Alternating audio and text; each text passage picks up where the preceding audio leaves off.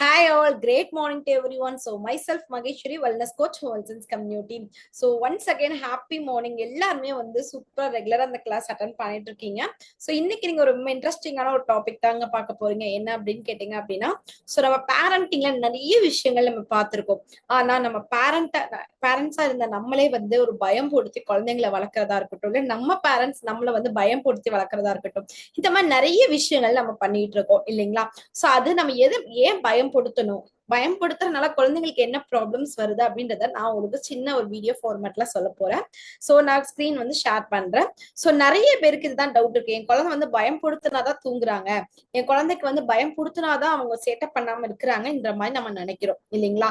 So நம்ம குழந்தைங்களை வந்து பயம் பொருத்தி காட்டி வளர்க்கறதுனால என்ன நடக்கும் அப்படின்னு கேட்டீங்க அப்படின்னா, சோ வேற ஒண்ணும் இல்லைங்க. இன்னைக்கு நம்ம குழந்தைய பயன்படுத்துறோம். ஏன் பயன்படுத்துறோம், எதுக்காக பயன்படுத்துறோம், இந்த பயன்படுத்துறது எப்படி நம்ம குழந்தைய வெளியே கொண்டு வருதுன்றது நிறைய கேள்விகள் இன்னைக்கு நம்ம அம்மாமார்களுக்கு இருக்கும். கரெக்டுங்களா? சோ அப்படின்ற பட்சத்துல பாத்தீங்க அப்படின்னா, ஒரு குழந்தைய நம்ம வந்து பயன்படுத்தி தான் வளர்க்குறோம் அப்படின்றத விட, சோ நம்ம இப்படி பயம் கொடுத்தாம வளர்க்கலாமே அப்படின்ற என்னைக்காவது நம்ம திங்க் பண்ணிருக்கோமான கிடையாது. சோ நம்ம குழந்தை வளர்ப்புல நிறைய பேர் மிஸ்டேக் பண்றோம். இப்படி இருக்கிற நம்ம சைல்ட் டெவலப்மெண்ட், அதாவது நம்ம குழந்தையோட டெவலப்மெண்டே பாதிக்கப்படுது. அது நிறைய பேருக்கு இங்க தெரியல. நம்ம ப்ராப்பரா நம்ம குழந்தைய வளர்த்தாதான் அவங்க ப்ராப்பரா இருப்பாங்க, அவ நல்ல வழிக்கு செல்வாங்க, நம்ம அதுல ஹாப்பியா இருக்க முடியும். ஆனா எங்க அம்மா அப்பா எல்லாம் அப்படியா வளர்த்தாங்க, அவங்களுக்கு குழந்தை வளர்ப்பு பத்தி தெரியவே தெரியாது, நான் மட்டும் ஏன் வளர்க்கணும் அப்படின்னு நிறைய பெற்றோர்கள் இன்னைக்கு யோசிக்கிறோம்.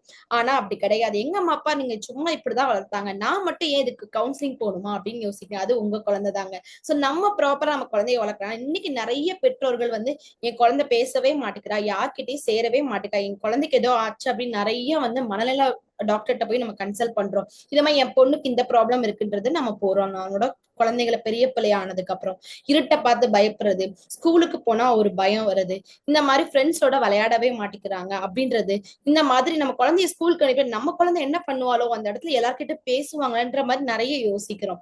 சோ அது மட்டும் இல்லாம ஒரு ரோட கிராஸ் பண்ணா கூட நம்ம குழந்தை கரெக்டா ரோடு கிராஸ் பண்ணுவாங்கன்னு சொல்லி நம்மளே போய் நம்ம ஸ்கூலுக்கு விடுற மாதிரி இருக்கிறோம். இந்த மாதிரி நம்ம குழந்தைய எதுக்கு எடுத்தாலும் பயம் தான். நம்ம குழந்தைய வந்து பயம்படுத்தி வளர்த்துதான் இந்த நிலைமைக்கு ஆளாக்குறோம். அதே மாதிரி எதுக்கு எடுத்தாலும் அம்மா பேச்சு தான் கேட்கிறா அப்படின்றது, ஒய்ஃப் கூட நான் அம்மா பேச்சை கேட்டுதான் பண்றது, எதுக்கு எடுத்தாலும் எனக்கு பயம், எதுக்கு எடுத்தாலும் அம்மாவுக்கு கால் பண்றது, தனியா ஒரு விஷயத்த முடிவு கூட எடுக்க மாட்டாங்க. அதே மாதிரிதான் பாய்ஸா இருக்கட்டும், எதுனாலும் அம்மா அப்பா பேச்சைதான் கேட்க, ஒரு தனி முடிவை கூட எடுக்க முடியாது அவங்க லைஃப்ல. சோ இந்த மாதிரி நம்ம குழந்தைங்களை பயன்படுத்தி வளர்க்கறதுனால நமக்கு ஒரு சாட்டிஸ்பேக்ஷன் இருக்கு. நம்ம குழந்தை தூங்கிட்டா, நம்ம குழந்தை சாப்பிடுறா, நம்ம பேச்ச கேட்கிறா அப்படின்னு நம்ம நினைக்கிறோம். ஆனா இத பண்ணாத, இது பண்ணா இப்படி ஆயிரும், நீ சாப்பிடாட்டி போய் பேய் வந்துரும், நீ இது வந்து பொய் சொன்னா இந்த மாதிரி பேய் புடிச்சிட்டு போயிருவோம், நீ வந்து இது பண்றது தப்பு, இப்படி பண்ணணும் நீ, இந்த மாதிரி நம்ம எல்லாமே வந்து கத்தி சொல்றதா இருக்கட்டும், பயன்படுத்தி சொல்லும் போது நம்ம குழந்தைங்களோட மனசு எவ்வளவு கஷ்டப்படும் யோசித்து பாருங்க. அவங்க அந்த மனநிலையும் ரொம்ப பாதிக்கப்படும். அது நமக்கு வெளியே தெரியாது. நம்ம குழந்தை கேட்டுட்டு இருக்கான்னு நம்ம நினைச்சிட்டு இருப்போம். சோ இது மாதிரி பாத்தீங்கன்னா பேரண்ட்ஸ் இருக்கிற கருப்பாம்பூச்சியை கண்டா பயம், எட்டுக்கால் பூச்சியை கண்டா பயம், இல்ல எதுக்கு எடுத்தா அழுகுறது, நான் சோர்வாகிறேன், ஸ்ட்ரெஸ் ஆகுறேன் அப்படின்றத நம்ம சொல்றோம். அந்த மாதிரி தாங்க. சோ நம்ம குழந்தை சின்ன வயசுல வந்து பாத்ரூம் போனா கூட பெட்ல அதை அரட்டி பயம்படுத்தி நம்ம பாத்ரூம் போனா இதாயிரும், நீ வந்து பேய் புடிச்சிட்டு போயிரும், இந்த மாதிரி நம்ம நிறைய விஷயங்கள் சொல்லுவோம். அந்த குழந்தை அதுல இருந்தே பயன்றது, இதனால அதோட குழந்தையோட வளர்ச்சியில அவங்க நாளடைவுல அவங்க ஒரு இடத்துல ஹையா போகணும்னு நினைச்சா கூட இந்த பயம் தாங்க தடுக்குது. சோ நம்ம குழந்தைக்கு நல்ல விதமா எப்படி சொல்லணும், இது நன்மை தீமைகளை சொல்லி நம்ம வளர்த்தோம் அப்படின்னா பயம்ன்றது கண்டிப்பா இருக்காது. சோ நம்ம பெற்றோர்களே பாத்தீங்கன்னா கருப்பாம்பூச்சிக்குன்னா ஐயோ கருப்பாம்பூச்சி அப்படின்னு கத்தணும் அப்படின்னு நம்ம குழந்தை கத்ததாங்க செய்யும். இதே ஒரு பள்ளியை பார்த்து ஐ பள்ளி அப்படின்னு சொன்னா நம்ம குழந்தையுமே பள்ளி அப்படின்றதுதான் பார்க்கும். சோ நம்ம கிட்டதான் இருக்கு. நம்ம வந்து குழந்தைய தூங்க வைக்கும் போது கூட பாத்தீங்க அப்படின்னா, நீ தூங்கல அப்படின்னா உன்னை வந்து பூனை பிடிச்சிட்டு போயிரும், நீ தூங்கல அப்படின்னா அந்த போலீஸ்காரன் பிடிச்சிட்டு போயிருமா, நீ தூங்கல அப்படின்னா பேய் வந்துரும், நீ தூங்கல அப்படின்னா அந்த சவுண்டு கேக்குது பாரு, இப்படி நம்ம குழந்தைய தூங்க வைக்கும் போது நம்ம குழந்தை தூங்கிருச்சே, அது நல்லா வெயிட் போடுதே, நல்லா தூங்குதே, அது நல்லா இருக்குதே நம்ம நினைக்கலாம். ஆனா அதுங்க தூங்கும் போது என்ன கனவு வரும் நீங்க யோசிச்சு பாருங்க. நல்ல விதமான கனவுகள் வருமா, ஐயோ நம்மள போலீஸ்காரன் பிடிச்சிட்டு போயிடுவான், ஐயோ என்ன பூனை தூக்கிட்டு போயிரும் அப்படின்னு தானங்க வரும். சோ இந்த மாதிரி நம்ம பயம்படுத்தி வளர்க்கும் போது அந்த குழந்தையோட ட்ரீம்ஸ் எப்படி இருக்குன்னு கொஞ்சம் யோசிச்சு பாருங்க. ஒரு ப்ராப்பரா நிம்மதியான ஒரு தூக்கம் வருமானா கிடையாது.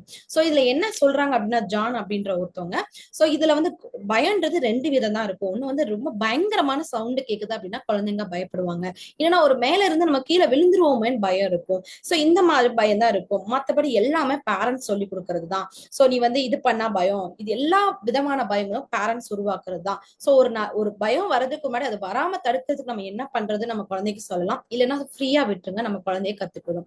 சோ அது மட்டும் தானாவே அது சாப்பிட ஆரம்பிக்கும், தானாவே தூங்கும், எல்லாமே அது வந்து பண்ண ஆரம்பிக்கும். ஆனா நம்ம குழந்தைகளை நம்ம என்ன பண்ணோம், ஃபோர்ஸ் பண்றோம், எதுக்கு எடுத்தாலும் பயம் காட்டி வளர்க்குறோம். இந்த மாதிரி இருக்காதீங்க.